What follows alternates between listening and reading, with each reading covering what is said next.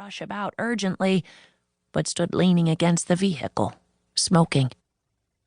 Grace started toward a policeman whose paunchy face pushed up from the high collar of his uniform, navy with gold buttons. "Excuse me, will the street be closed for long? I'm late for work."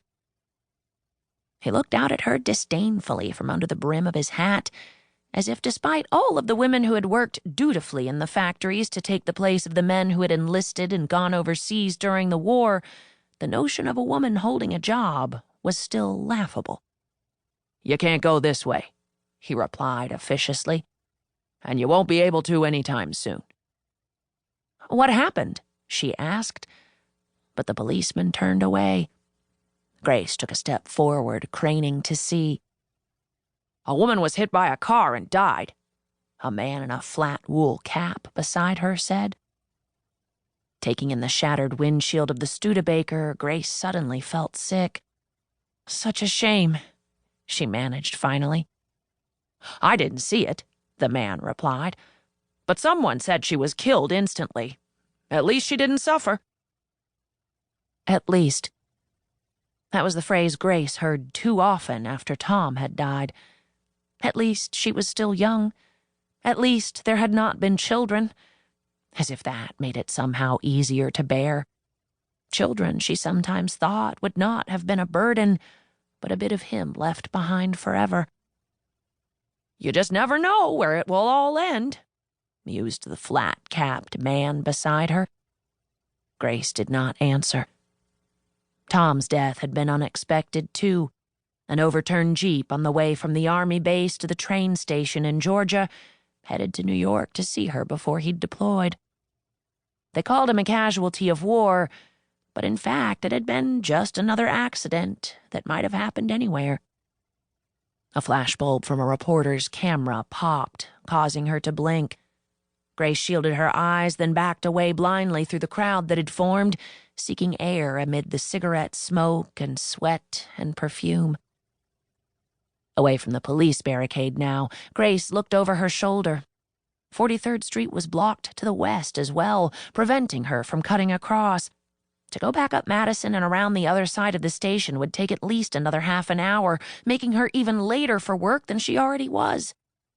Again, she cursed the night before. If it weren't for Mark, she wouldn't be standing here, faced with no other choice than to cut through Grand Central. The one place she had sworn to never go again. Grace turned to face it.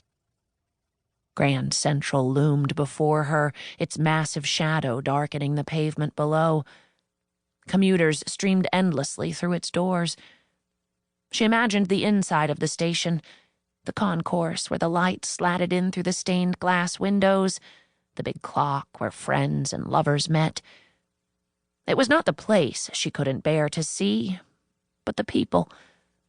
The girls with their fresh red lipstick, pressing tongues against teeth to make sure the color hadn't bled through, clutching purses expectantly.